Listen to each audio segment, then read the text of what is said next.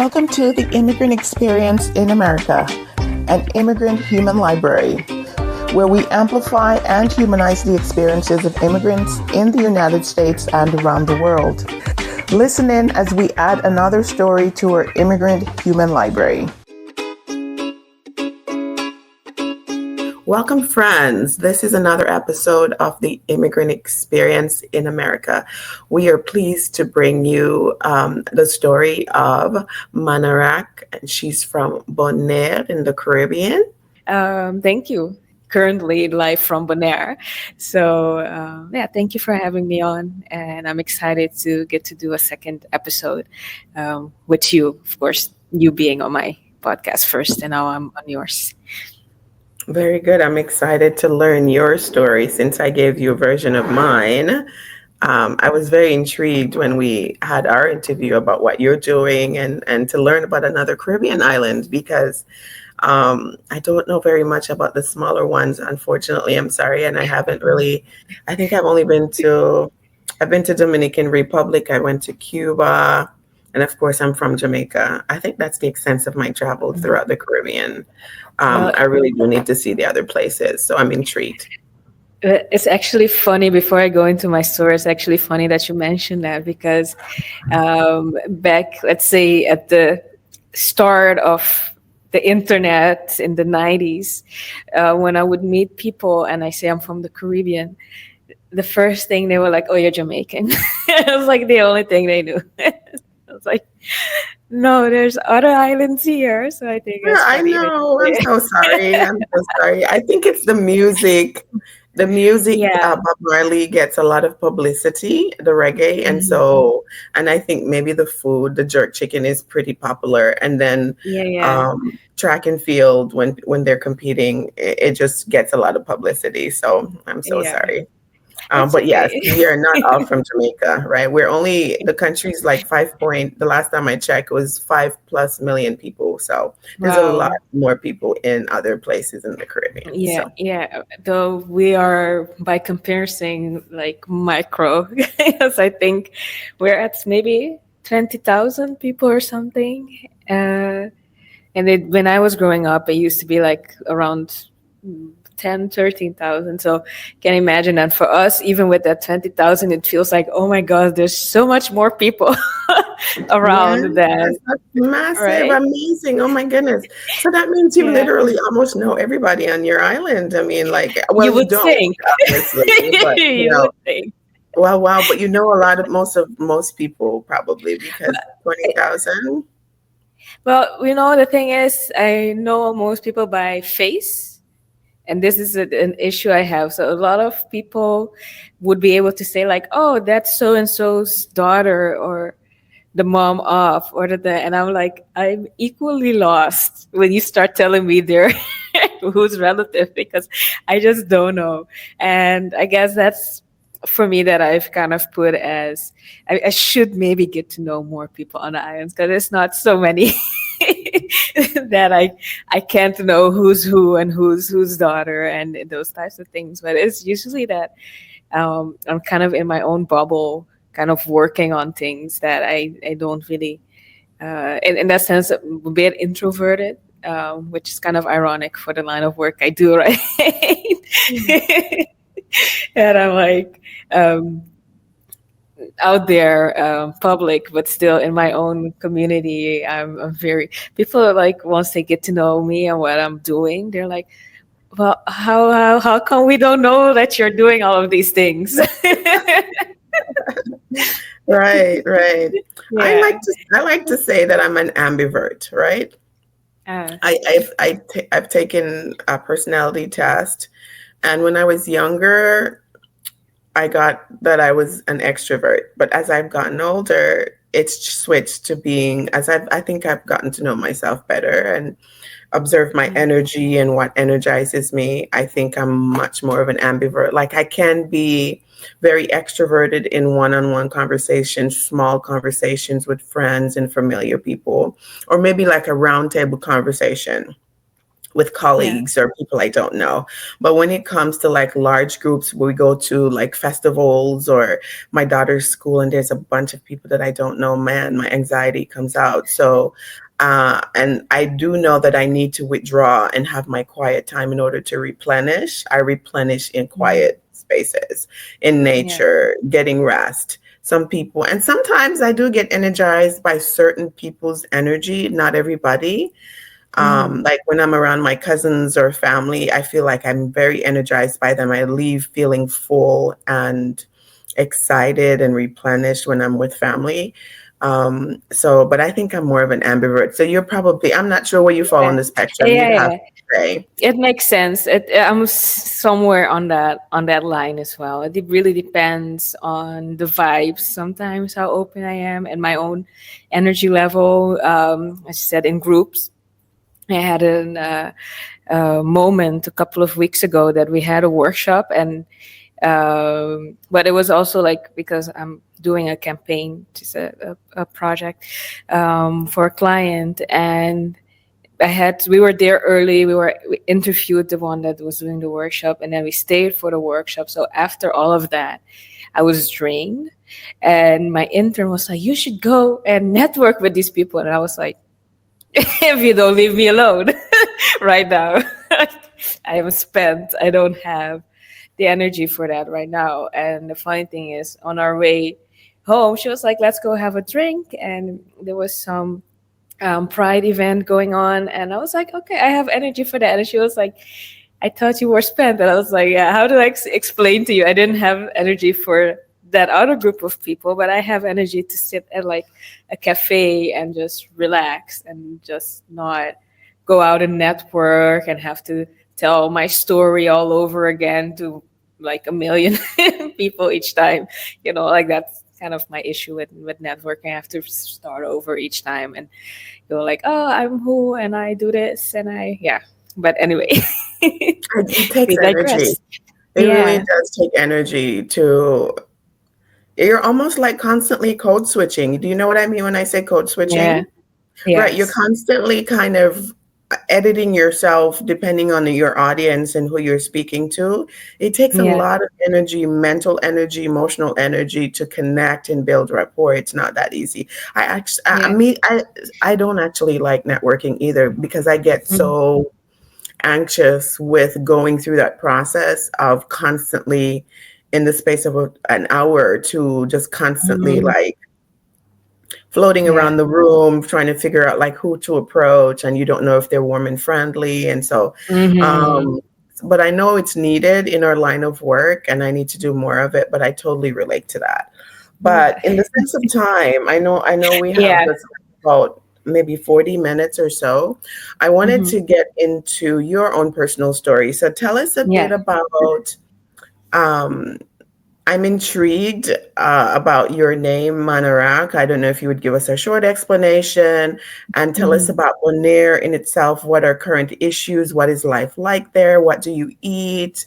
What's an everyday sense for a small island of 20,000 people and what that's like?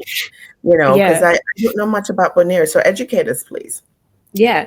I was considering before when you were asking what to call me, I was like, should I give that explanation again? Because I felt like I took a lot of airtime with it. But I'll keep it short. I was born Radinka Ana Marie Ustasia, and somehow I always had questions about my name. I found it weird that I have three names and people aren't using all my three names. And then I had a separate conundrum with my mom, and I felt um, Radinka is felt um, like a little girl's name. And I said, what when I'm growing up? So there was always something with my name. And at some point, I went down a conspiracy rabbit hole that said that, well, the government owns your name and blah blah blah. And me always having had some kind of issue with my name. Not that I hate it; it's just I had questions. Um, I looked at my name and I realized that there's a lot of A's like in my name. So I just took everything that is an A and adjacent to it. So RAKAAN MA. And once I had that, I rearranged it. And here it's important to know that in Dutch, maan means moon. And I am, in that sense, a bit of a lunatic, if I can say it. I love like everything moon and, full moon, the new moons and everything like this. So I saw an opportunity and took it. And Arak is kind of random in that sense. So I really just thought about the moon part, and the rest kind of flowed. And of gray, because I find gray areas very interesting.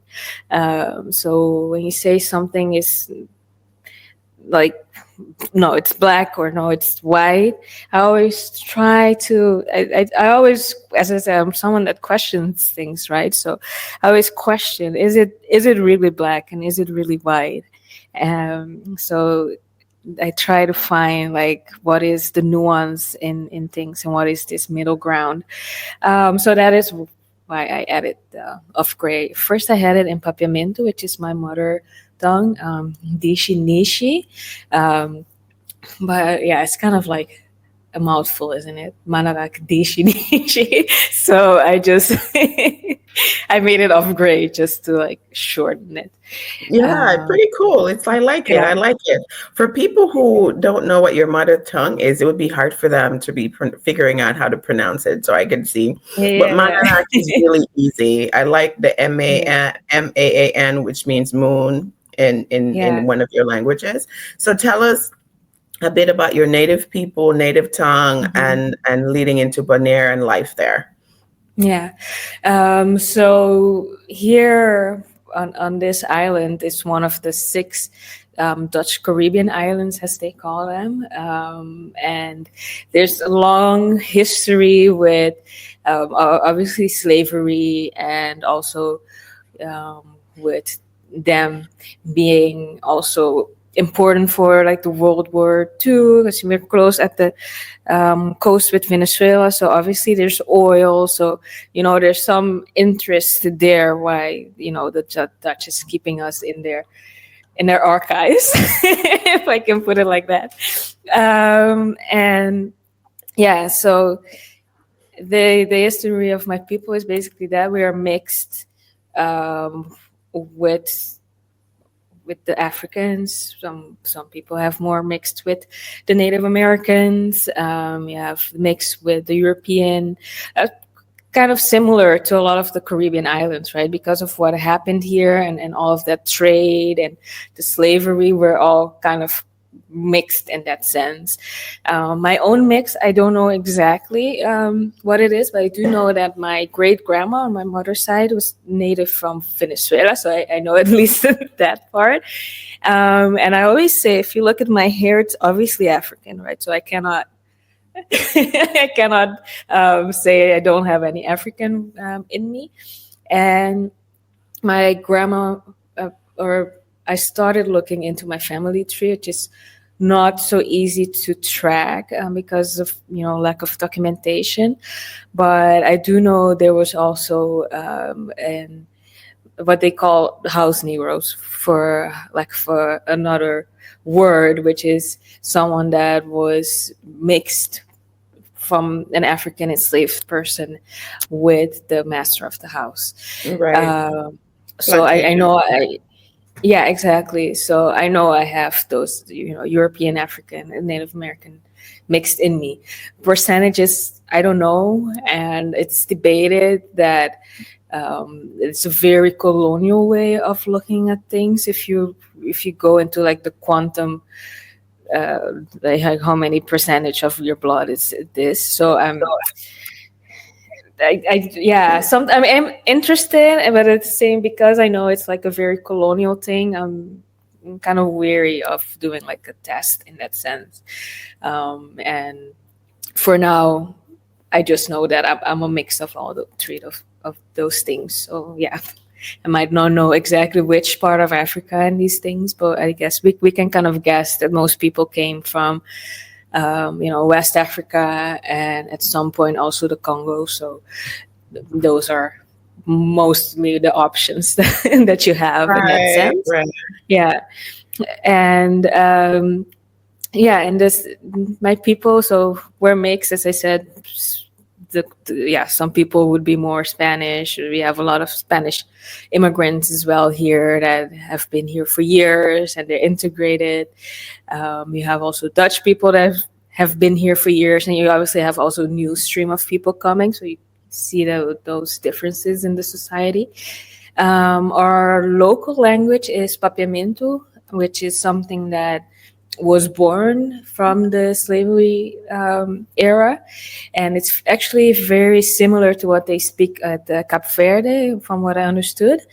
Um, and it's basically a trade language that was born because you have like the Portuguese people, you have the Africans, you have other people from Europe that, yeah, you're trading, but don't really understand each other. So you're trying, like, it gets born from maybe we have our word for table is Portuguese, mesa.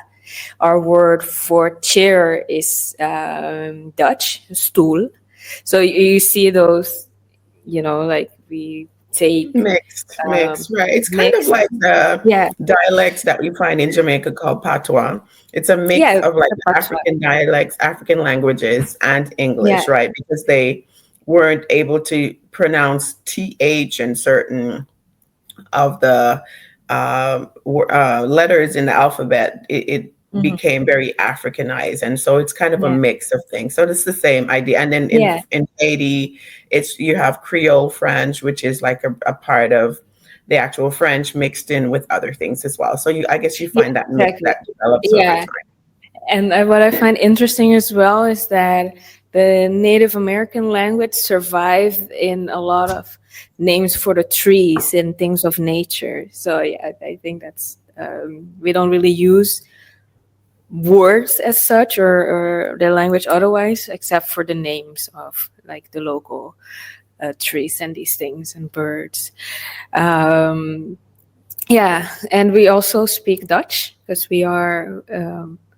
Our nationality is Dutch. We have Dutch passport from birth and everything like that. And we speak English, obviously, and Spanish because we are. Yeah, there are a lot of Spanish people here, and we are so close to Venezuela. I would say, maybe controversially, that geographically we are more Venezuelan then we would be Dutch because obviously the Netherlands is like 9 hours away, and we're literally at the coast of Venezuela. Um, I know there's some conflict between the Netherlands and Venezuela, and I don't want to be quoted as starting any kind of problem in that area. But it's, I mean, once you look at the map, I don't think you can really um, avoid a similar conclusion. Um, but yeah, what else can I tell you about here? When I was What's growing life up, like? Yeah, what's yeah, life like? Like food you eat, festivals, music, what type of mhm. influences in the culture? Yeah, I think music is very much influenced by like African rhythms, and I always say Latin as well. But at the end, the Latin American music is also influenced by African, so it's very African in that sense. And the food also, we Um, have. Hello. I lost you there for a second. Are you back? Oh, I'm Yeah, we here. lost Yes. yeah, we lost connection Okay. there. Okay, so the African influence over the music is pretty strong. Yeah. Yeah, and also with the food and with like when you're celebrating like cultural things, it's very present there.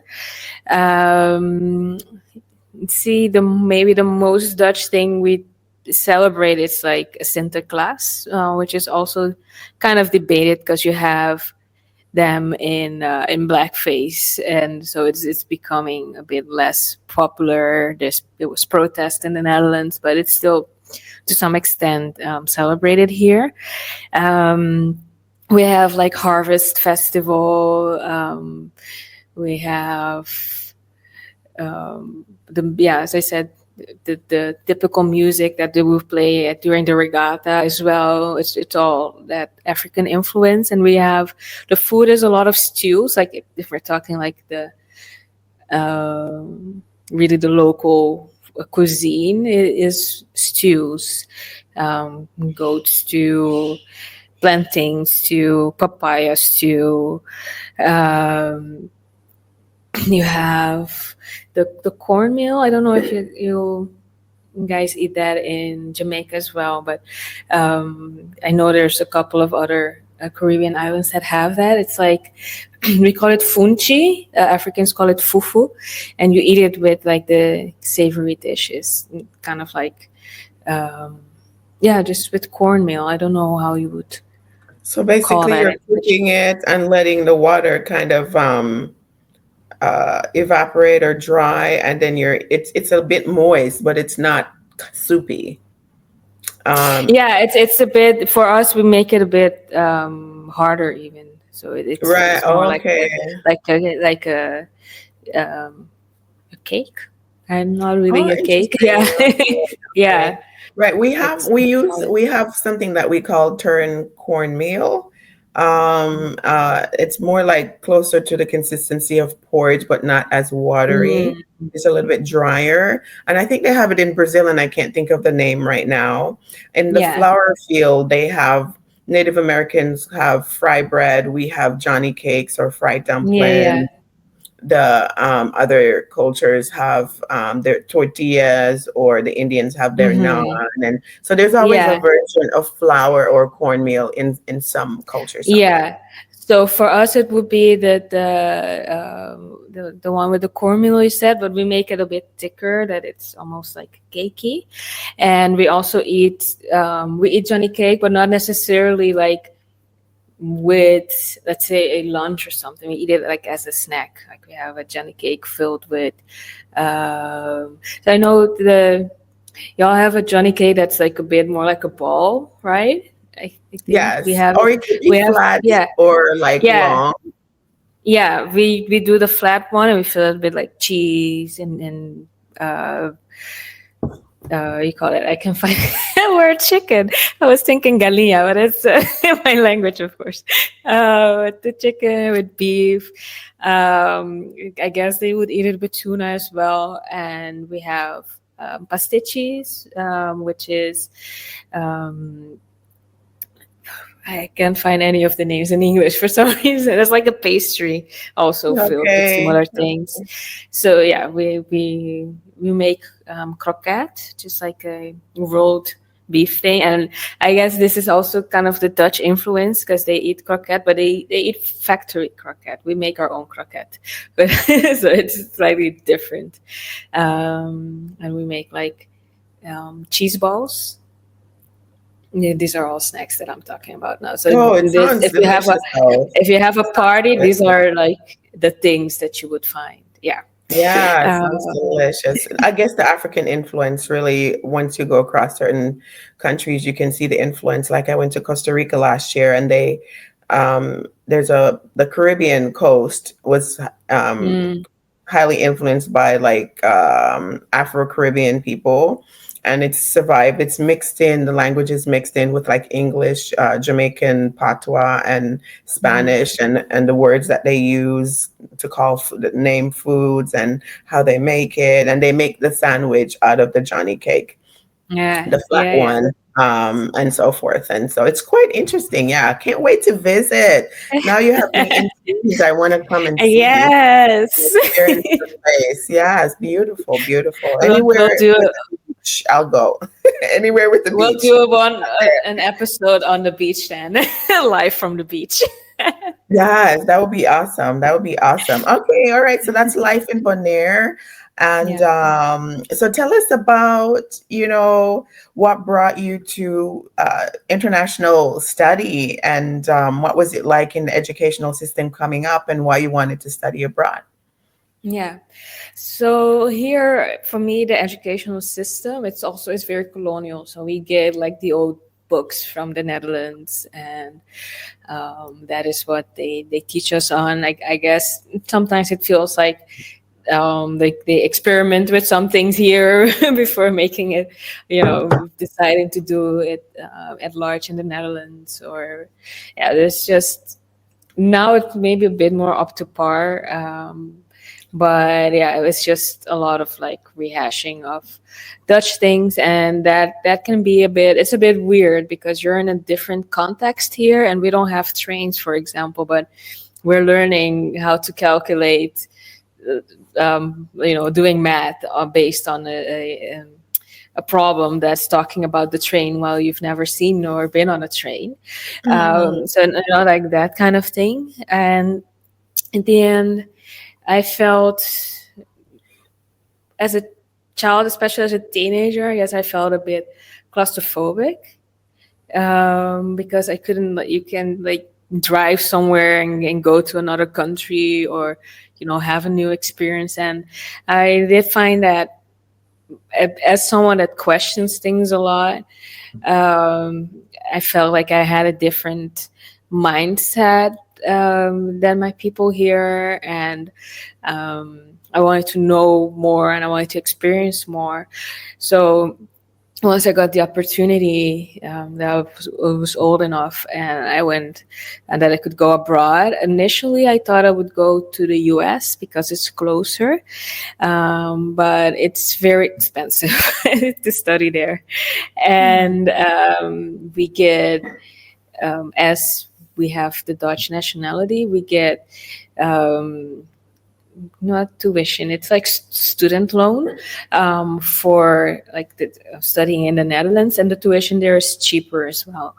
So that's why I decided to go to the Netherlands, and it was an experience. I really struggled at sometimes. You don't Mhm. realize, once you just think, okay, I want to go, I want to leave, I want to experience, but you don't think about the day to day things, paying the bills, making sure um, your rent is paid, and finding a place to live in, a proper place to live in.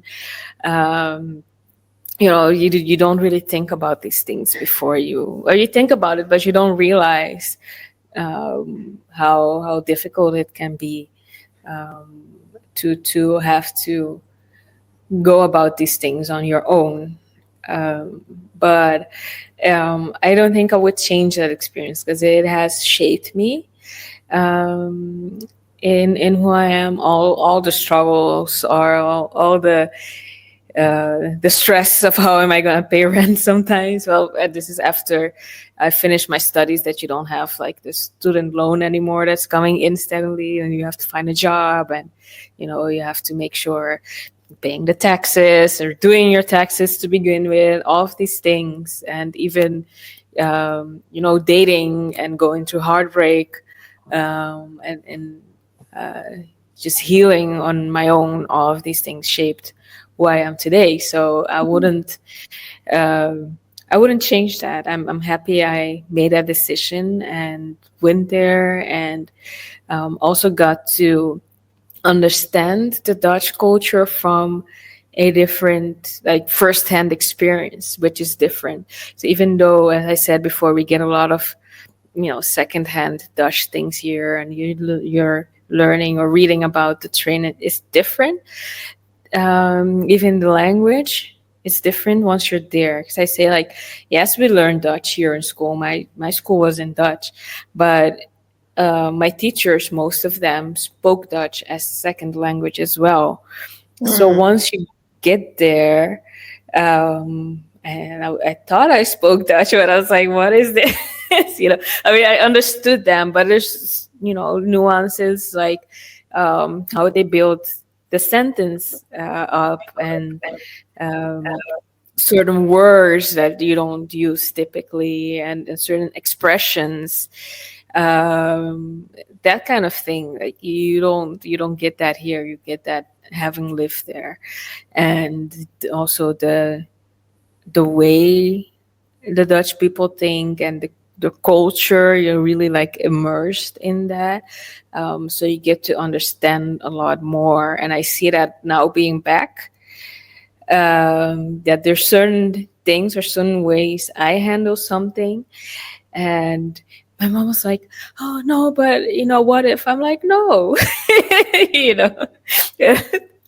I give a very like example I mentioned before. I have a project with a client, and um, in the Netherlands, vacation is holy. Like if you have vacation, you have vacation. So right now we're in the project, and everyone else is on vacation right now, and I'm coordinating locally, and because the campaign is going on, and I'm editing all of the videos and all that, I cannot take vacation right now. But I had decided that I'm gonna take vacation mid-September, because then I would have done my part.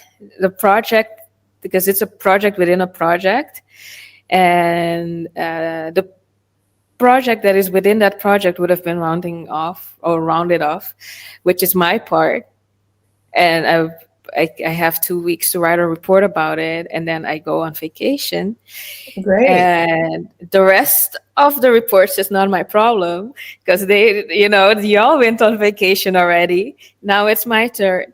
And I was telling my mom this, and she got really, she was like, nervous, like, oh my God. And like, like the anxiety of, well, what if they never hire her again? And blah, blah, blah. But I understand, having lived there, that this is my negotiating strength. Y'all are on vacation now.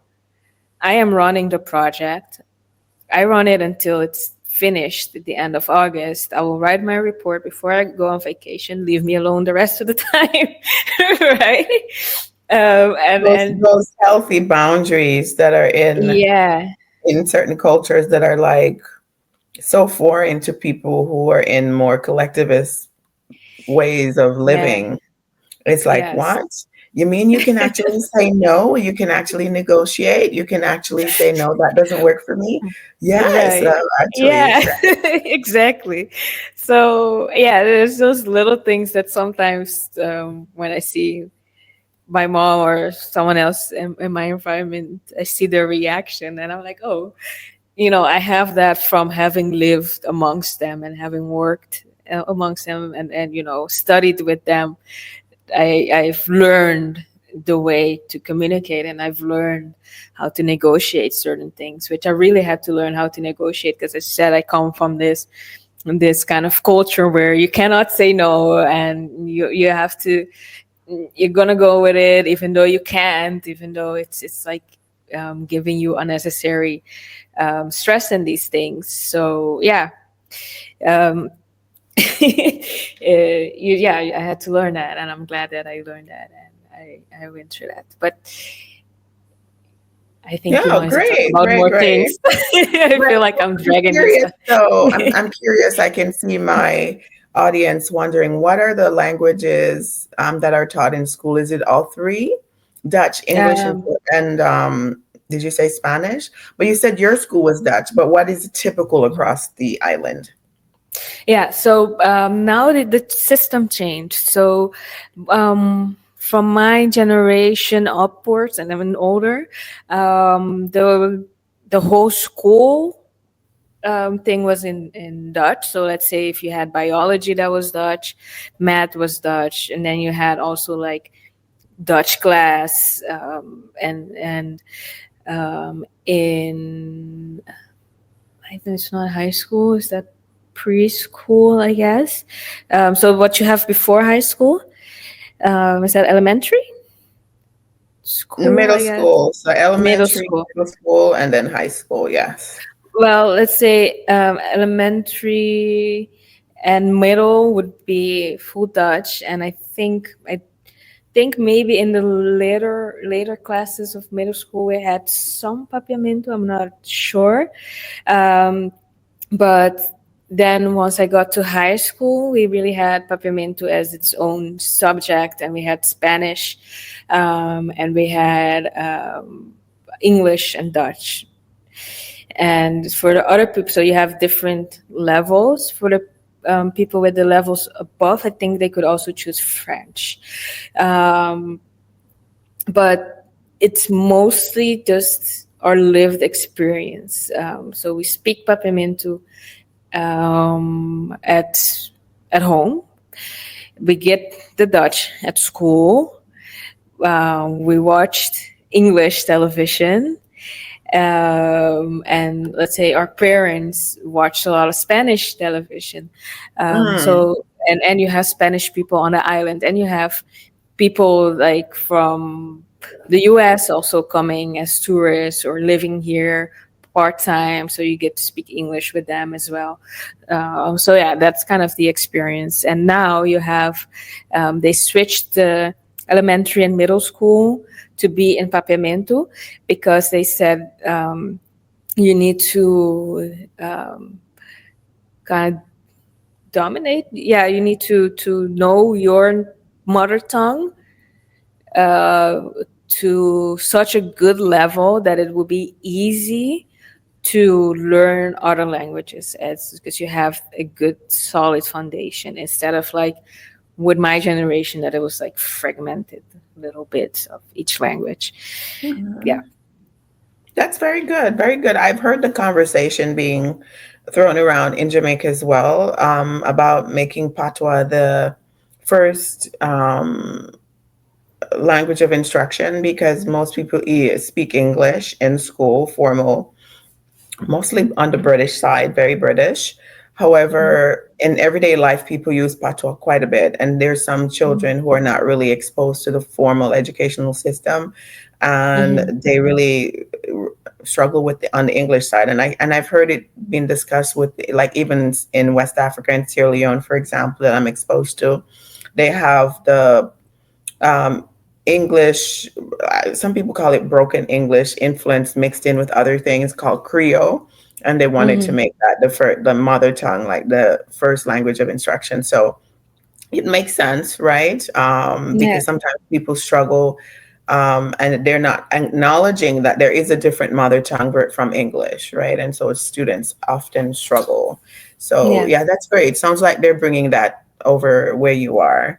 So I don't want to lose time because it's just That's okay. ticking I'm away. flexible by the way. It's Okay, very the good. it's the perks of being your own boss. Right. Okay. Awesome. So I Yeah. wanted to dive more into your international student experience. Once you've now made the decision Mhm. to go abroad, you considered the US, it was too expensive. It worked out financially to Mhm. go to the Netherlands. So you're there. Any particular moments of challenge or success in preparation for studying abroad that you wanted to highlight? Or you can just go right into your international student experience once being in the Netherlands. Well, I had so you have two ways of going from here to the Netherlands and studying, and one you could join what they call the Beurseilen, which is that you sign up with a organization here, and you get both study financing from them and from the Netherlands, and they will help you in the process of preparing, and they will go with you on that initial trip to have you situated and show you a bit around and that kind of thing. I did not do that. I I planned everything myself. I chose.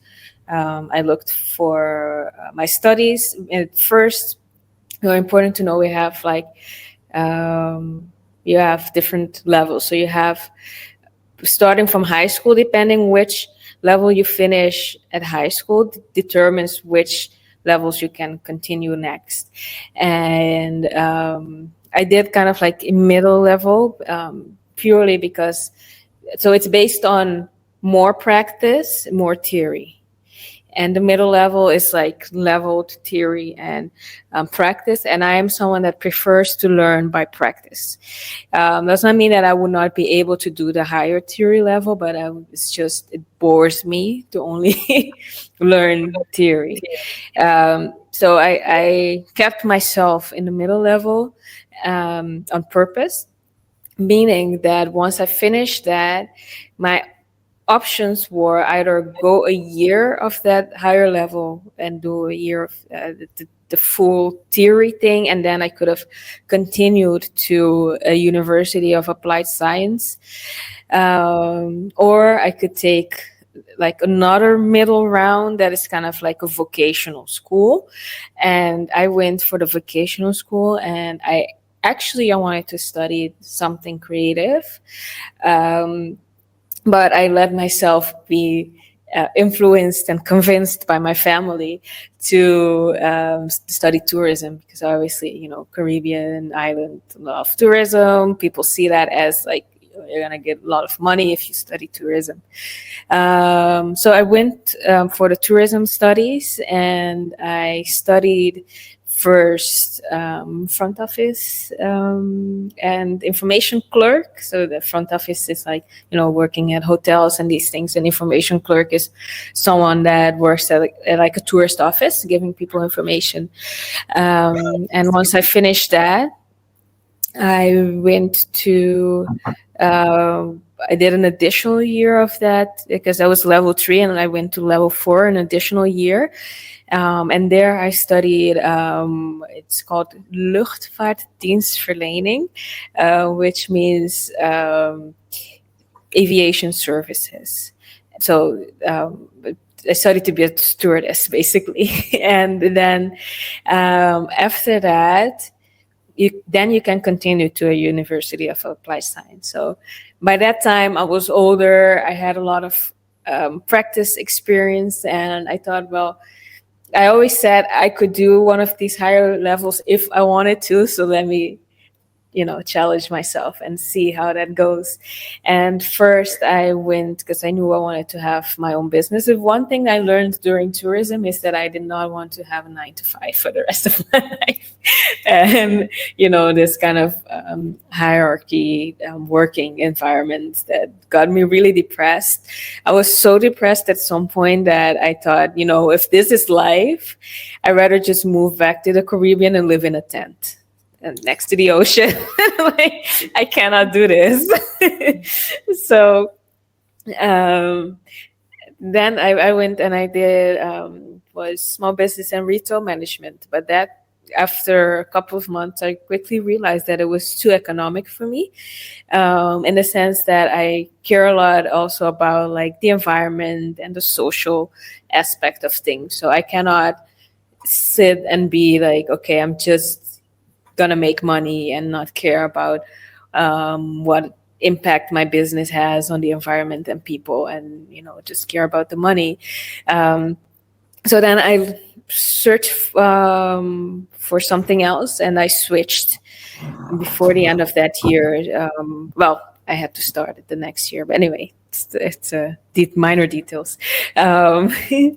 I switched to international development management. The perks of that was also that it was in English, and that is easier for me, because at the University of Applied Science level, the Dutch was getting more difficult for me. I was already struggling with it. And when I saw Dutch people struggling with their own language, I thought, no, let me get out of here. So once I found something in English, I was like, okay, this is much better. And yeah, I studied that, and there I majored in, back then it was rural development and innovation. They have since changed the name to regional development and innovation, which is a name that I prefer to use because it makes more sense. I feel like if I say rural development and innovation, it's really like confined to rural areas, but really you learn certain sets of tools and skills that it doesn't matter if it's rural or urban area that you're working in. You can adapt it to that. And yes, and then I minored. So the thing to realize about international development management is that a lot of people that choose this come in very idealistic. We want to change the world. We are the hippies, and we're very fish. Like, you see that also. If you look at our school and you look at the students, you can take out the international development management students just like that, just from how we dress and behave. And so yeah, we come in very idealistic, and then little by little it gets chipped on you, like, okay, you get a case study, for example, and there's this issue, and you're like, oh, I want to solve it that way. And they're like, okay, but if you solve it that way, it creates these issues. And you're like, okay.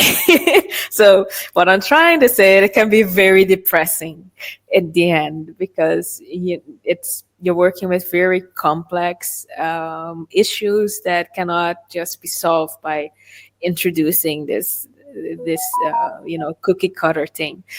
And and so by the time that I had to choose a minor, I was so kind of disillusioned with the sector of development work that I saw the opportunity to just be creative for 6 months, and I took it.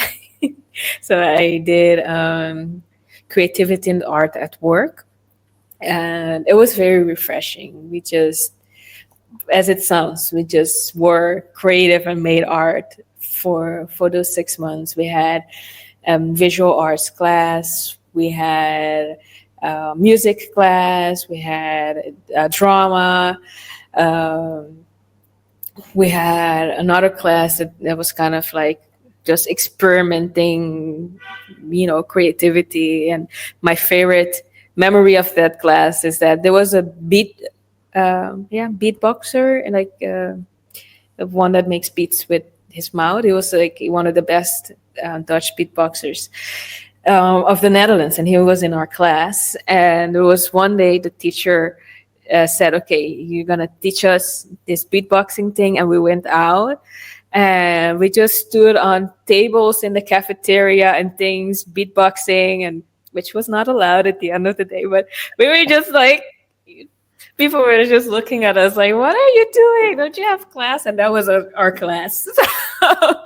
But yeah, we just got to do these things. And I was very excited, to the extent that once I finished school, and I thought about, I'm just going to do this creative thing. I'm just going to be an artist. um, but as in the middle of pursuing that artistry, I'm still up to date with like the development work side of things. And I did start working at some point at my old school. And so you're getting a bit more of these topics again. So it's like a push and pull between, okay, I'm trying to be an artist over here, but I'm still kind of in this world of development. And especially learning more about climate. I did a course on to be a climate coach, as they call it, which you just kind of help people to be more conscious about how their lifestyle is like influencing like the climate. I thought about, I'm just going to do this creative thing. I'm just going to be an artist. But as in the middle of pursuing that artistry, I'm still up to date with like the development work side of things. And I did start working at some point at my old school. And so you're getting a bit more of these topics again. So it's like a push and pull between, okay, I'm trying to be an artist over here, but I'm still kind of in this world of development. And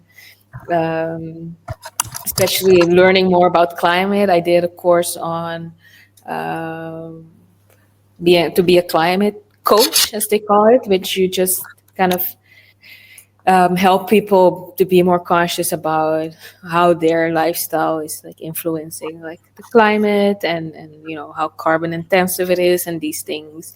And then also Greenpeace. So you have Greenpeace the Netherlands, and they have like a chapter in Bonaire, and they commissioned a university in the Netherlands to do a research on Bonaire. You don't have a lot of research in general that are Bonaire specific, and let alone about climate. So this is like the research that has been done so far, and they have shown how with the sea level rising a lot of parts of Bonaire can, become permanently or most of the time underwater.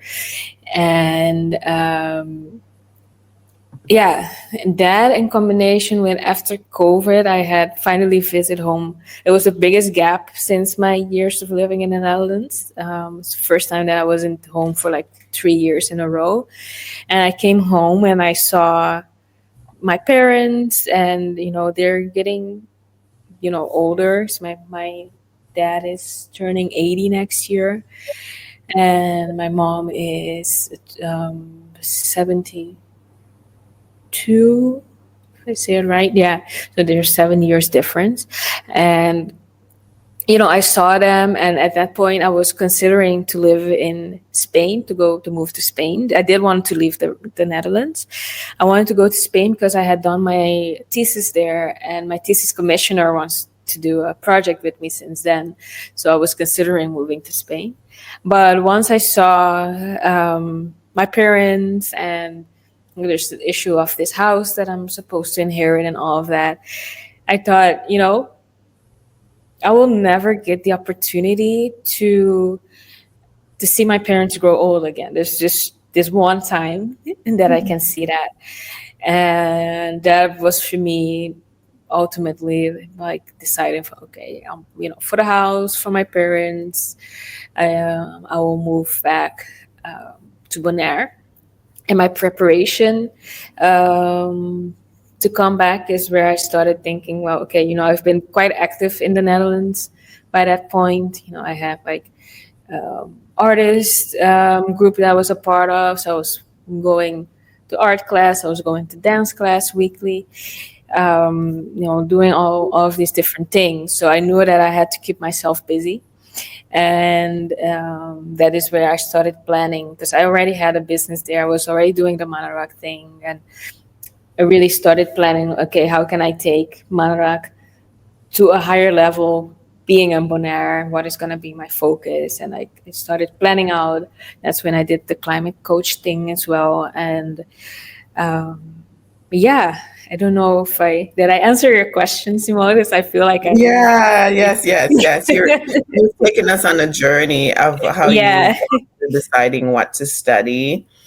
yeah. But I'm curious to know what was on a human level, interacting with people, everyday life. What was that like? Mhm. What's the housing like in the Netherlands? I've never been there. I think I've come through like Heathrow or Charles de Gaulle, and kind of Mhm. interact with different spaces where you hear Dutch speaking, or you'll see the airlines or whatever, and people. Yeah. So I wonder what on the immigrant experience, since this is our topic of our podcast, like what was, as a native from Bonaire, even though you had the language, you talked about adjusting to, oh, they don't quite speak like us, they have nuances in the way Yeah. they express things. But what was the everyday like while you were there? Like, missing your family, how did you make friends, build relationships? What was it like as a quote unquote, I don't know how you self-identified. Do you identify as Afro-Caribbean? I know you're mixed, so I don't know how you identify as an Afro-Caribbean person in the Netherlands. Like, what was that experience like for you? Yeah. I think my identity-wise, Antillian. That's how we were known, because we were the Dutch Antilles first. I guess the Antilles, there's a lot of geographically, there's a thing with most Caribbean islands being the Antilles, but I'm sidetracking. So we were the Dutch Antilles as like a country within the kingdom, all the 6 islands. And first Aruba went out, I think in the 80s, if I'm quoting it correctly. And then for some time, so Aruba went out as in its own country within the kingdom, and Dutch Antilles and the Netherlands. And then that got broken up. And so they're all still in the in the kingdom, but it's like different configurations, which I won't go into right now because it's going to be a long story. Yeah, But people can go read up about it. Just go Google. yeah, There's things online. Yeah. exactly. But yeah, so for us, we still identify as Antillian. I think especially us from the ABC Islands, so Aruba, Bonaire, and Curacao. Mm-hmm. Maybe Curacao and Bonaire more really identify as Antillian people. And yeah, so that part of the identity and the day-to-day life, they said it was a struggle, especially in the beginning, as I said, to adjust first with my thick accent and people not really understanding you, and you're kind of feeling insecure about having to like repeat yourself constantly, and not being sure if they really understand you, kind of lost in translation in a sense. And then I think there's also the issue of which part of the Netherlands, because I moved to a couple of places, and some parts are kind of more conservative and not really that open to people from the outside than other parts of the Netherlands. So and it's not only the parts, it's also the people. So you can have people in the city that's also kind of racist or against people from the outside. I had this my first couple of months. I had a very interesting experience that I will never forget. Are you familiar with the politician Geert Wilders? Okay, so he's kind of like the Dutch nationalist, some would say kind of neo-Nazi-ish vibes of the Netherlands. And um, he was getting more and more popular at the time that I moved there in 2010. And I had my first internship at a travel agency. And I remember there was the first time I got to vote there and everything. And I didn't know who to vote for. I voted for the Party of the Animals because I thought, okay, I care about animals and I don't know who else to vote for, so let me vote for you at least. And I got to work the next day, and I was sitting next to this Dutch girl, blonde. Don't remember. I don't want to say blonde, blue eyes because I don't remember her eye colors. I remember she was blonde, very Dutch, and we're talking about the voting, and I said, well, I voted for the Party of the Animals and blah blah blah, and she goes to me and she's like, I voted for Geert Wilders, like that. She told me this, and I was like, and then she was like, yeah, because all of those outsiders. And I remind you, I had just moved to the Netherlands, so I was an outsider myself. And I was like, yes, right. well, what do you mean? And I was like, you do know I'm an outsider? And she was like, well, no, you're half blood. And I was like, well, no, I'm half from Curacao because my dad is from Curacao, and I'm half Bonairean, but I am not half Dutch, if that's what you mean. But it's just crazy that she felt so comfortable telling me that because she thought that I looked, or my proximity to whiteness, that I looked half Dutch. And even if I was half Dutch, why would you say that? Because that, like, if I was half Dutch, that means that I would have a parent that was not Dutch, and it would still not be okay to tell me that. Yeah. It was wild. It was wild, but it gave me this Like, insight. And go ahead. I'm trying to adjust the lighting because I don't like how it's like making me looking yellow, or I'm gonna just turn it off.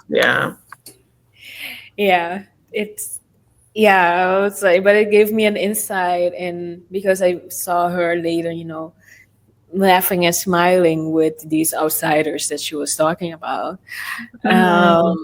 where, it kind of gave me an insight in how some of these people, because I don't want to put all Dutch people on the same plate, but some of them are like this, they're laughing and smiling in your space, and then they're voting for neo-Nazis to get you out of the country.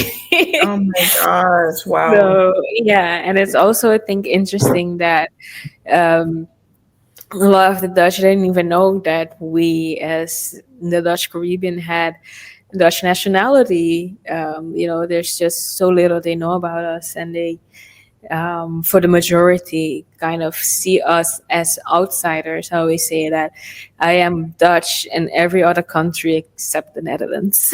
Because if I go to the US and you see my passport, they're like, oh, you're Dutch. But even when I was living in the Netherlands, and I would fly back and forth between home and there, and I would get back, and I would be living at that point years already in the Netherlands. The people from the immigrant, like the checkpoint, would be like, "What are you doing here?"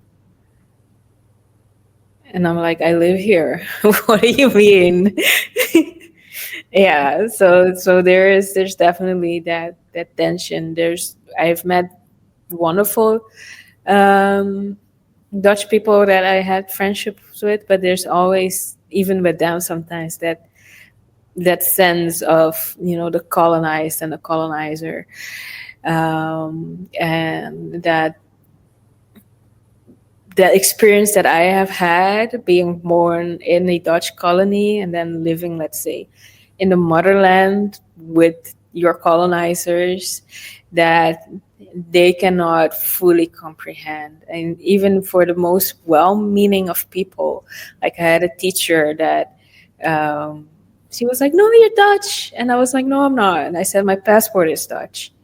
And I think she wanted to show me that she accepted me as Dutch, but she could not comprehend the the kind of battle within oneself as the subject of the colonization. That no matter how much you tell me that you accept me as Dutch, which I think you're trying to be nice, and we're trying to show me that I'm welcome and open for you, but there's a whole set of experiences that I've lived that has told me that you are in fact not Dutch. And you as a well-meaning person with a good heart can try to tell me as much as you can that you accept me as Dutch, but most of your people have showed me that I'm not.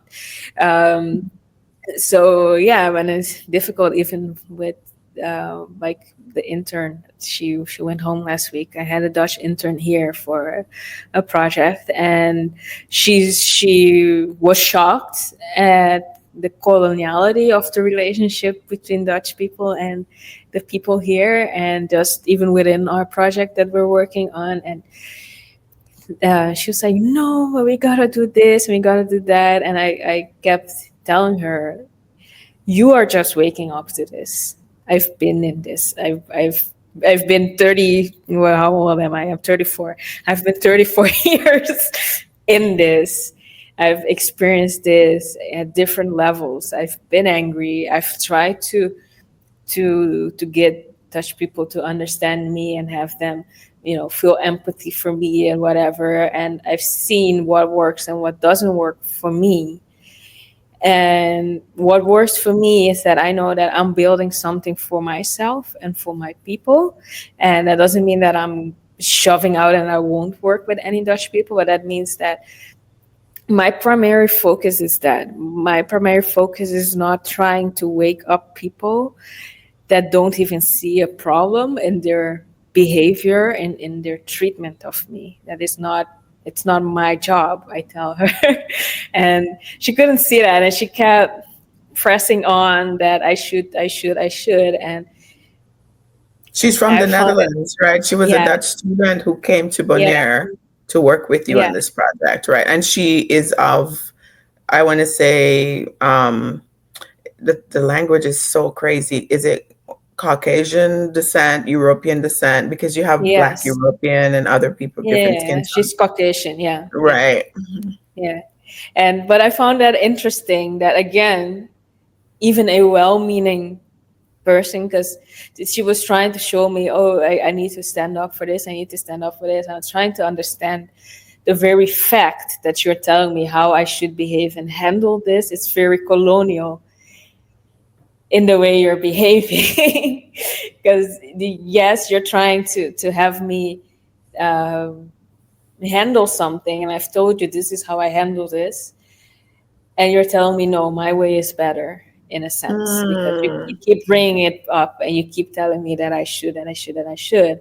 And then this is what I mean, that even the most well-meaning that see the coloniality cannot fully understand how it is to be the one colonized.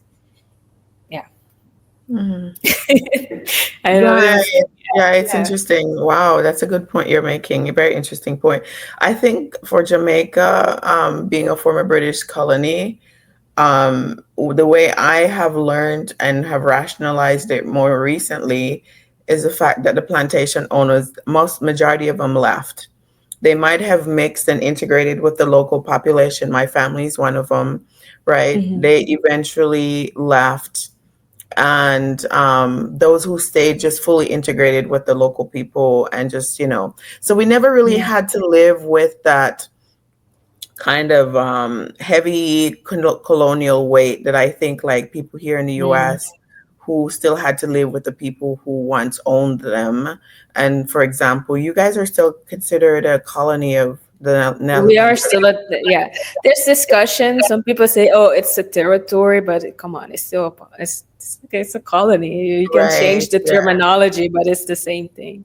Yeah. Right, okay. I've since learned that Jamaica continues to send funds to the UK even though it's considered Mm, independent since 1962, and still has not country has not gotten reparations for all of the how many years of free labor and what they extracted from the island, and the number of people who died, and the brutality of slavery and things like that. So, mm, but I think people were able to breathe because it's still there. Don't get me wrong, but it wasn't as mhm. heavy as in some places, and so Yeah. there's a very strong sense of identity, Jamaican identity, maybe more African than anything else, that's pretty strong on the island, and people were able to exist and breathe, and probably heal somewhat from the trauma. Yeah. There's still a lot of like colorism and other things that are on the island that still Mm-hmm. exist so many decades later, but Yeah. so yeah, wow, that's an interesting point that you're making. But obviously she came and she could see that there was some problems with Yeah. the interaction and the way things are set up. So it's good for her. Yeah. That was a life lesson for her, and I wonder how it will Yeah. influence her as she moves forward in her journey. Me too. And I had to realize, she's young. There's a 10-year gap between me and her, and also the gap of me already being in this system. And so she's just waking up to it. And I thought, okay, I'm gonna leave you for your lessons. It's your lessons to have. Yeah. But I'm happy that she at least saw that Right, side of it. right. Yeah. So I want to talk a bit about the over tourism conversation and like what it looks like in the Caribbean and other places, perhaps globally, if you have the sense of like, what that looks like. Because you hear about Yeah. it, but I don't think a lot of people really understand like what does it look like on the ground. Yeah, I think over tourism for us is happening especially with cruise ships. If I'm talking about the local Bonairean context, in the past we had, yeah, maybe um, just a couple of, I'm talking maybe 4 or 5 cruise ships a month, and now you have, yeah, you have like cruise ship seasons. And the thing with the cruise ships is that, as opposed to tourists that come here and stay here for, let's say, a month or 2 months, some stayed half a year, and would actually contribute to the local um, economy. So, go to the supermarkets, go to the restaurants, use the laundry. Um, the cruise ships are usually kind of like all-inclusive floating hotels. And so once they get to a port, there's very little that they actually pour into the local economy, except for the pocket of those that own the port, the ones that do the taxi drives and that kind of thing. Um, and but at the same time, our government is doubling down. No, no, no, we need the tourists. We need everything. It's like going everything for the tourist, right?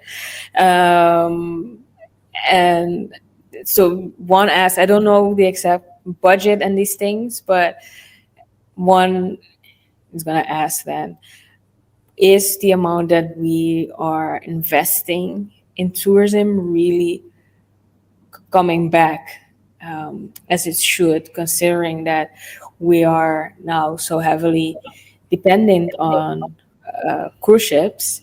And the other thing with cruise ships is that it's coming, or I guess it already broke all of the reefs, right, by now. But we have our reefs are very close to the shore. So for the cruise ship to come in, it's also breaking our reefs. Wow. Um, in places such as, because I understood that Aruba has become an end stop for a lot of um, like Caribbean cruise ships, and I understood from an activist there that those cruise ships then unload all of their trash on Aruba, which Aruba does not really have the the management for their own trash, let alone a lot of these cruise ship trash. I'm not sure how they unload their their waste, but you have to think also of all of the human waste Oh my on top goodness. of cruise ships. Times I don't know how many cruise ships there are, but these are all elements that make cruising or cruise ships very it's unsustainable, and there's also a level of over consumption and abundance that happens on cruise ships that is also adding to unsustainability ultimately of cruise ships. The other side, you have the hotels, and what the hotels have been doing is really taking up like the nicest beaches. This is something that I've heard from different islands, and there's a thing that a beach should be public. Legally, they are public, but they build it in such a way that the locals can no longer get to their beach, or they put like these seats on it, and the seats are paid, so they think then that the whole beach should be reserved for the people on the seats. Um, you have in Aruba, because I'm taking Aruba as an example because they have a lot more hotels than us, and they're still building. And there is an activist there, which I interviewed for my podcast. I think it was 2 years ago, and he is really at the front of the No More Hotels movement, because they keep building more and more hotels, and apparently their hotels are using some kind of scheme to not pay taxes, where that a new hotel has like exemption from paying tax for a certain amount of years. So what they do is once that year is reaching, they just change the name, or they change the owner or something, so that they can keep using those the scheme. And it's also said, and there should be a report somewhere about this, which I'll be honest with you, I have to find it, but I've heard a lot of activists referring to that all that income that the Caribbean supposedly sees from tourism, 80% of that leaves the Caribbean. So there's investors and owners of the hotels and owners of the airlines. All of these people are outside of the Caribbean, actually. So that all the supposedly economic benefits of that tourism it's going out. Um, so that is making that more and more people and activists are asking, well, what do we have? What is the benefit of tourism for us if we're not even keeping the money? They're destroying our ecosystems, to build hotels or to dump waste in. And yeah, what is the point? And yeah, that is, I think, yeah, stealing our beaches as well. So you have all of these components, which people are turning against over tourism. And so obviously, we know that to some extent we depend on the tourism, but I think people are really calling for regulating it, making sure that people are not abusing schemes such as that one in Aruba, that people are not constantly building new hotels and taking down trees that have been there for centuries, or disrupting ecosystems just for this tourism that ultimately we can question how much is it really benefiting us as local people in the Caribbean. It's clear that it's benefiting someone, but how is Yeah, it, benefiting us? right. Very sad. Like, a similar thing is happening in Jamaica. I wasn't fully aware of it, but I've heard when you travel and talk to locals and get connected to other people, you hear people say the same thing. There's a certain population that comes in and they own the grocery stores because they have access or networks to get the products mailed in bulk or whatever, right? And so the locals can't really compete with that, and so they get all these incentives where every 5 years they go pay no taxes, and what they do, they just leave and another one comes back and just change the name and start over Hmm. again. So the island is benefiting no way from all of this money that they're eking out and taking out of the place. Yeah. um the jobs connected to like the tourist industry are given to people who are foreigners from other places, and so people who are capable and studied and have the experience, right, they study in tourism like you were encouraged to do, Hmm. have the training to take over some of these roles, but yet they still hire other people from elsewhere. And so Yeah. the beaches have been sold off to different hotels and the people can no longer access the beaches. There's less and less beaches available to the public. um I don't know about the waste part of it, but I haven't heard that conversation in Jamaica yet. But it probably, I'm sure it's happening somewhere. I wonder how they manage that, being a Yeah. larger island. But it's really sad. I mean, it's this whole still idea of capitalism and people just coming in and focused on their own stake Hmm. and not really balancing everybody at the table who's being impacted, Yeah. right? Thanks for educating us on that and what's really going on in that place. So I wonder, tell us a little bit more about this idea of climate refugees. Hmm.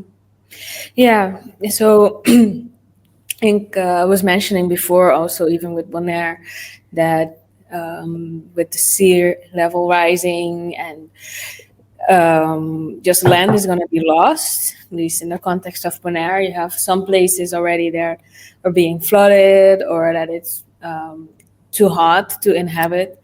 And these people are going to, more and more as it becomes more extreme, these people are going to fled their countries, and a lot of them are coming up north, um, to America, or to the Netherlands, and the rest of Europe. And yeah, especially if you're talking about if it was lost maybe by sea level rising, would be very difficult to go back to your and to where you lived before. It could have been, or it could be destroyed by extreme storms, and we've seen things like this happen already in Haiti. That all the houses were broken off and people move, and some don't move back. Right, it's not everyone are able even to move back and rebuild Mhm. and these type of things. So you are ironically, I say ironically because right now you see a lot of like the far right becoming popular across like the US, but also in Europe. And people are like, we don't want immigrants. But ironically, this is going to be the biggest influx of immigrants is going to be for climate. And not only climate, you have the wars that are going on. And that is even more ironic, or similarly ironic, because a lot of these countries in Europe and the US, they're funding the wars, and at the same time, when those people flee, whether it's climate or conflict, they flee to find a safer space, which is usually the country that's bombing them to begin with. The people there are like, we don't want you. And I think there's, I don't know, do you know Fela Kuti? He's Yes. Is it from Africa? Is it South Africa yeah, or is it Nigerian? One Nigerian. Nigeria. Yeah, Okay. Nigerian. And his son, actually, there was a video of his son. It's also a musician now, and he made the point that um, each week there's another cost. Each week it's free. And I'm not saying it's bad thing, right? Because I was also advocating, for free Palestine, free Sudan, free Congo, and these things. But he's saying actually you should start in your own backyard. And say people in the Netherlands and people in the US should be saying, free our states from far right movements, free our countries from these politicians that are funding uh, wars, that are funding more fossil fuels, that are defunding climate adaptation um, projects and initiatives that start there. And then automatically Palestine will be free, Sudan will be free, Congo will be free, Haiti will be free, all of these places will be free. But we have to start looking at, okay, who is actually funding and what are they funding, what are they not funding. And a lot of time that will lead you back to the US and Europe. And I'm not saying that China and these places, because I think they're also involved, but a lot of times the biggest stake is the biggest arrow is pointing that way, right? Of who is funding kind of like these wars and um, anti I'm going to say anti-climate things, because as you see, they defund the initiatives that are trying to lessen the effects of climate change, and they're funding the ones that actually have a big stake at causing the climate crisis to begin with. For example, the oil companies, as I mentioned, they're funding the oil companies and the fossil fuel. They knew already, I think it was maybe somewhere in the 80s, they already knew the effects if they didn't know earlier. But they knew pretty early on from their own scientists what the effects were going to be of so much fossil fuel use. Yet instead of doing something about it, they hid these research and they just continued. And now instead of defunding them, they're defunding the ones trying to solve the issue that they solved, that they are trying to solve the issue that they caused, that they knew they were going to cost, and funding these people still. So I think, yeah, we have to start looking at that. Of course, we should give attention to the people that are now currently suffering from the effects of all of these things. But I'm very an advocate of looking at the roots of the things as well. Where is it coming from? Why do they have so many arms? Who's benefiting from all of this? And of course, I realize that can be kind of, I think people fear those kind of questions, kind of dangerous questions, because these people have a lot of power, and that can cause fear in people. But if we don't, then I think the outcome is going to be much worse for all of us.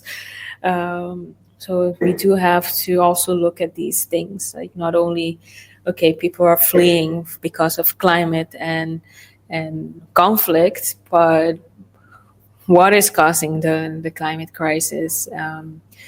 There's things that you can do, but ultimately, I think the industries and these things are causing a lot more climate damage than you and me individually can ever do. Um, Saying don't try to live as sustainably as you can, of course, do that as well, but there should be some kind of balance in how we look at it.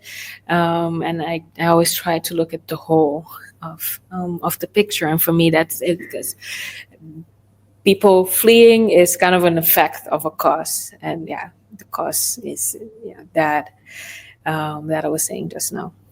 Right, right. Yeah, and you were alluding earlier to an idea that when you were doing international development management, you got so frustrated with how you wanted to solve a certain problem in a certain region and realized that there were so many players, stakeholders involved. Mm-hmm. And, everybody has their own interests that they're pushing and gunning for. And Yeah, in order to get to any sort of consensus on a way to move forward, it's like, sometimes you end up losing the goal that you're actually going for, right? In order to appease some people at the table. So it gets yeah, really complicated. I can imagine. yeah. Yeah, it is, and but yet that's, if there's one part of my studies that I really enjoy, is seeing how you can do that. We call that facilitating multi-stakeholder processes, and obviously in the context that I just gave now, it's so much more complicated. But you can. There's small things that you can do in your community to try to solve as much as you can there. And I think we have to start looking at ripple effects of things, because we can't possibly solve something so big in one go. But if we all start in our communities trying to solve things and bringing these different stakeholders together, um, the hope is that that will have a ripple effect on the bigger players as well, or that we won't be, at least won't be as dependent on the bigger players than that they would have to change their ways at some point. Right, right.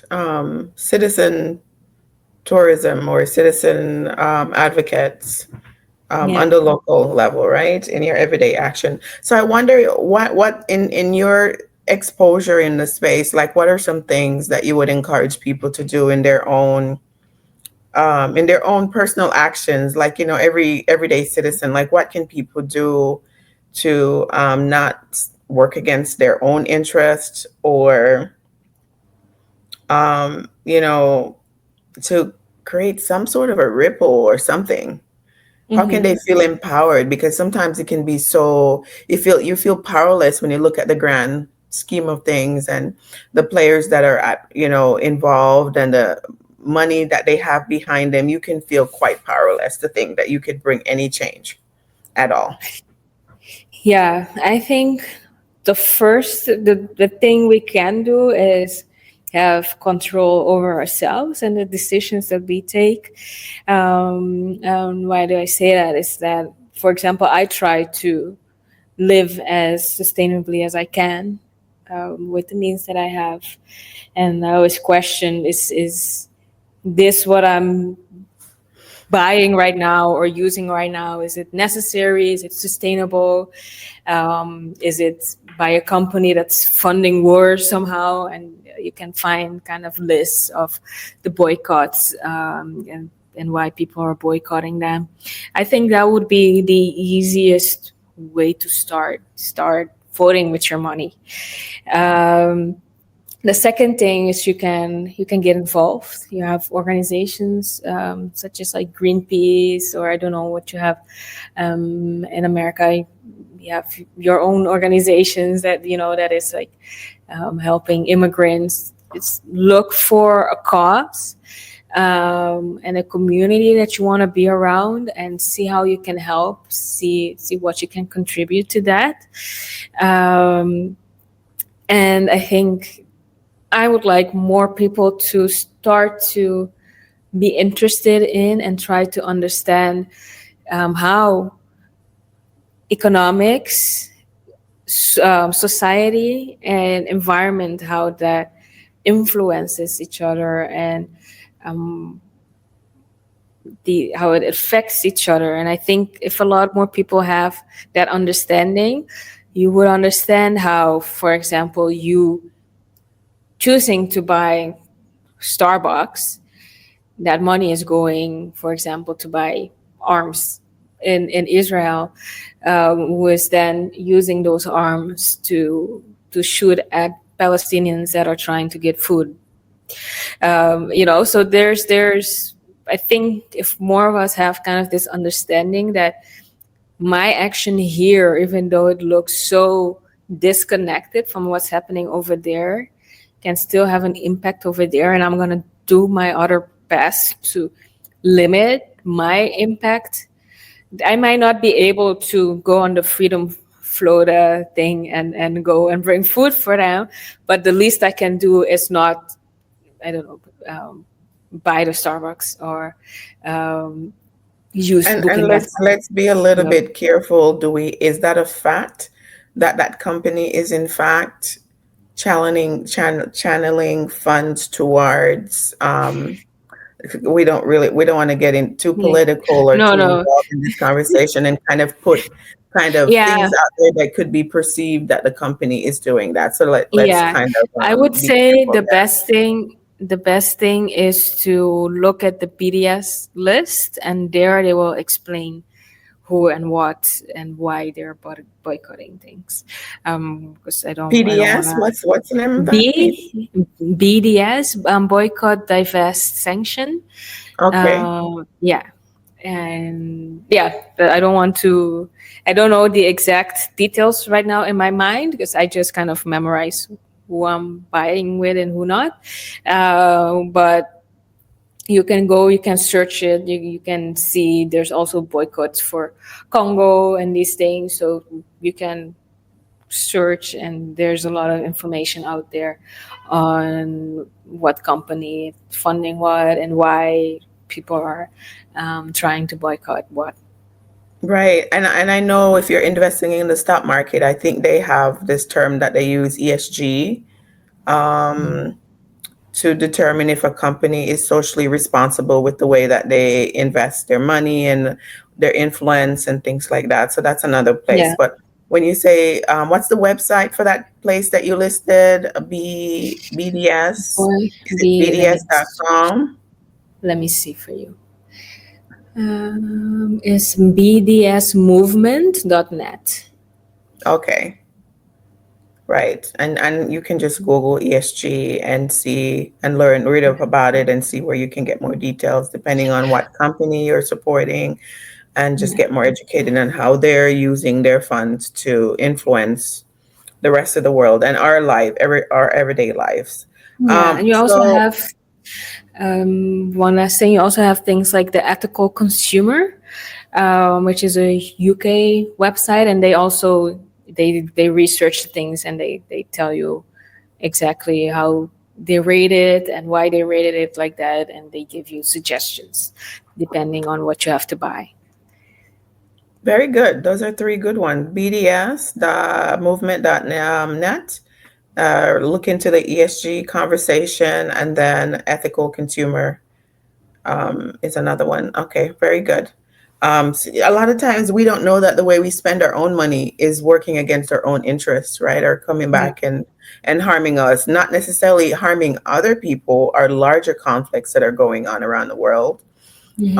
or larger issues, but harming our own household and our own communities, our own street where we live. So Yeah. it's important for us to really be more aware of how that's happening and how that's taking place. Yeah, so we're coming towards the end of our conversation here. It's, you've given me a lot of time and I want to be respectful of that. So you've shared so much. I'm so grateful for the conversation. We usually end the show by one, giving you a chance to talk about your own work and where people can find you online, and if you have any product that you're trying to sell. And then, but we always ask you throughout your immigrant journey, going to the Netherlands and anywhere else you've traveled, can you share a humorous moment in that experience where you made a mistake or some sort of a faux pas, as they call it, and how you handled it. Um,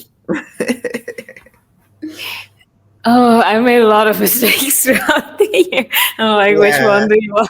And if it's really personal, we're starting what we call a behind the scenes part of our show, to kind of build up support for our Patreon account for Uh, people to contribute like $5, $10, $25 for us to keep the work that we're doing. So we can always we'll be planning to share these types of conversation in the behind the scenes. So only people who pay will be able to see. okay. Well, I'm still like, yeah, which one of it? There's so many mistakes that I've made throughout the years. But um, I think one that, so I was at, I don't know if it's necessarily throughout my trajectory of going there, but I was already there. And I was in the board of a foundation, and I there was a lot going on, and a lot was depending on me, and someone was kind of not getting in line, and I ended up writing a very, very angry email that I regret to this day, but um, that has taught me to not react in anger and really sit with myself and my emotion and why am I feeling a certain way before I react to anything. Yeah, I don't know if that answers your question. Um. Okay, not quite, but is there No, okay. something that you laugh about, like something funny, like you Mm. misinterpreted something and you just laugh at yourself Ah, because it was interpreted as, funny by the other person or funny by you, or you laugh about it no. today, even though it was painful or really serious back then, but just something humorous, like a mistake that you made. I like that. Mm,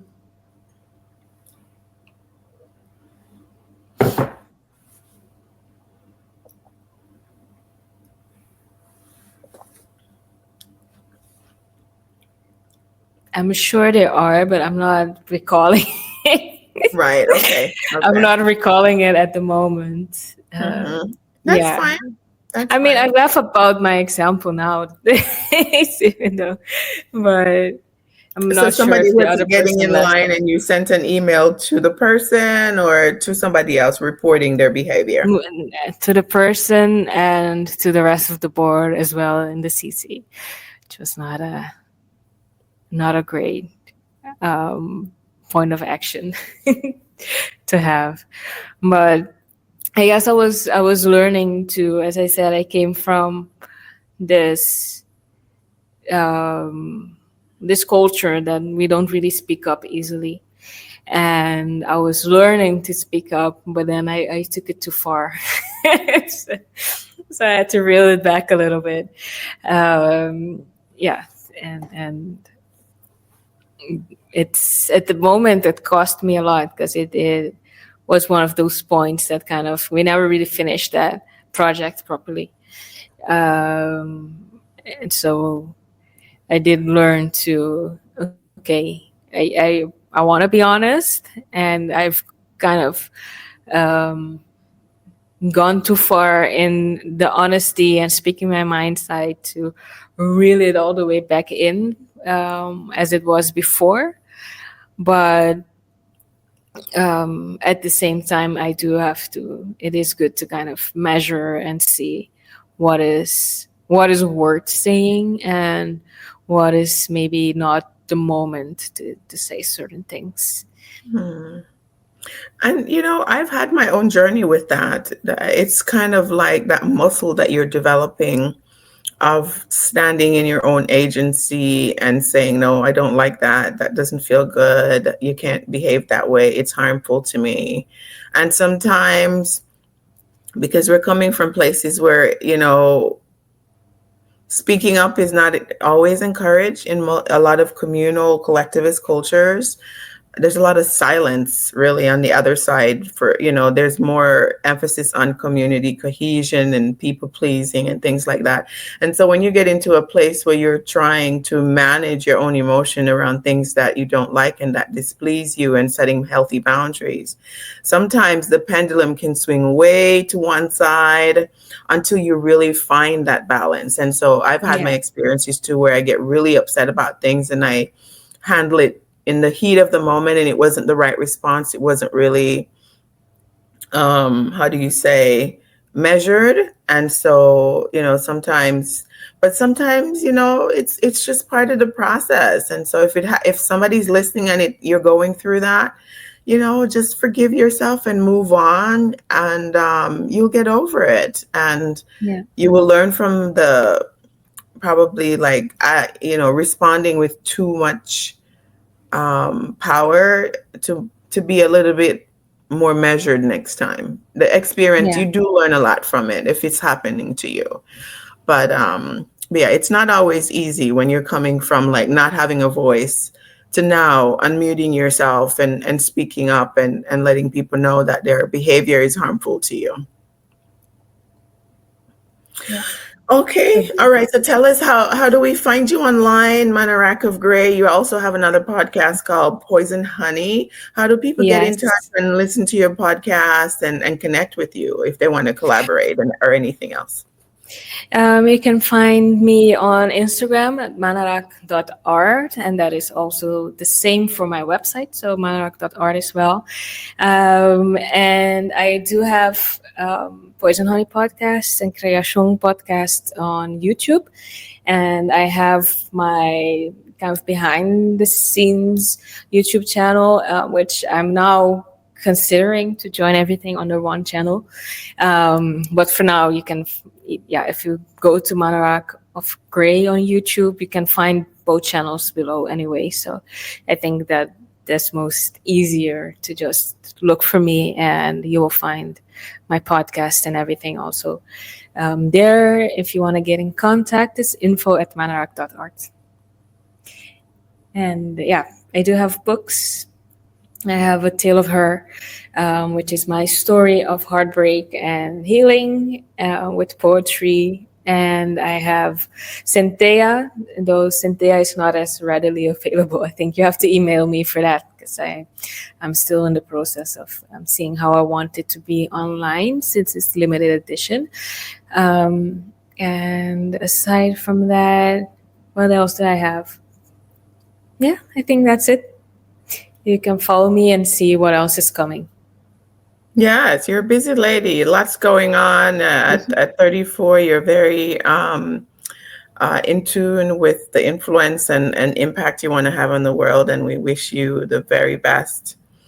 Lots of support. Hopefully this interview will get you access to our wide audience, and lots of connection will come from you sharing up with us today. Thank you for having me. I had a blast. Yes, it was great. I was learning so much as I sat here, and I'm going to end the live stream. Thanks for those of you who popped in the room as we were discussing. Thanks for watching. We thank our listeners around the world, and we appreciate your continued support as we build our human library. Please remember to give us a 5-star review, subscribe, and share with your friends, family, and circle of influence.